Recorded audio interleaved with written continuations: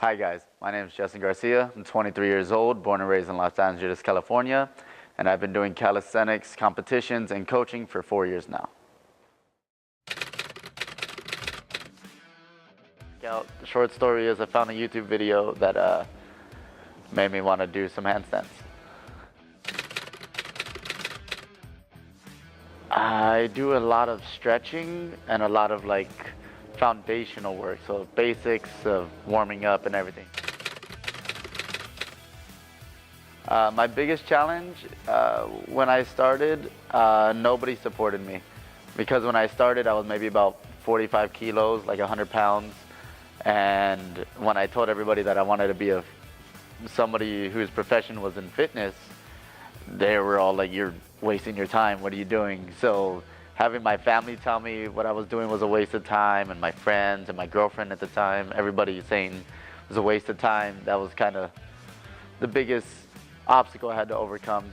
But now they see how far I made it, what I've done.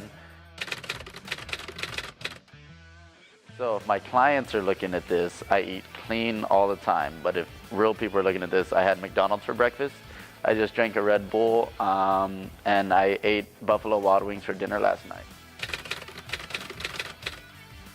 I cannot eat spicy food to save my life. Like, even with this, if a jalapeno was on that plate sometime in the past week, I can't eat off that plate. I have a firm belief that anything you do with your body can be used in this sport. I'm one of few people who integrate flexibility and gymnastics and aerial movements and anything you can think of with your body into what I do. A lot of people get stuck in the mold that what they see on YouTube and stuff is the only way to go, and I try to break the mold and be completely different, even if sometimes it's not appreciated by most. Well, I would say the World Calisthenics Organization, they have workshops comprehensive that really help break down all the basic movements and how to set up your own program. But I'm lucky to be able to actually teach that course now.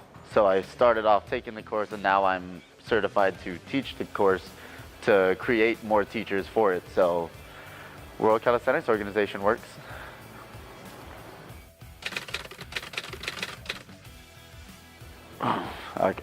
My inspiration, so a lot of times I want to stop training because I get injured or I lose a competition or whatever it may be.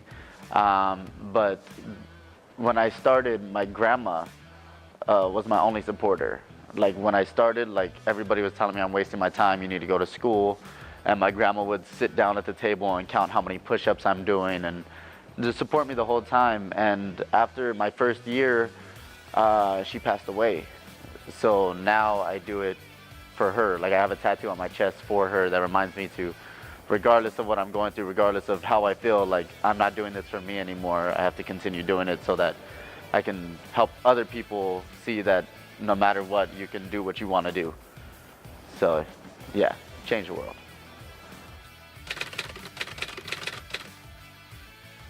In 2015, me and my team went to Bahrain. That's a very difficult letter. And while in Bahrain, we did a competition where it's 4 people from a country work as a team to compete against opposing countries and see who is the current #1 team in the world. And when my team got selected to represent the United States of America, we didn't expect to go very far, especially in the first round when we went against the top pick for who would win. And to our surprise, we beat the top pick team and we moved on to the finals, and we got 3rd place overall, losing by, it was 0.1 of a point of 2nd place. So upset, but excited because we had no idea we were going to make it that far. So 3rd place in the world 2015. 2016 we were 4th place. So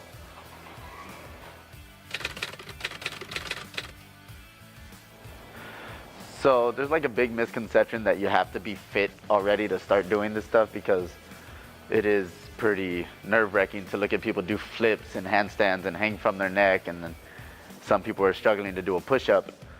But there's 1,001 levels that you need to go through that people don't see behind closed doors.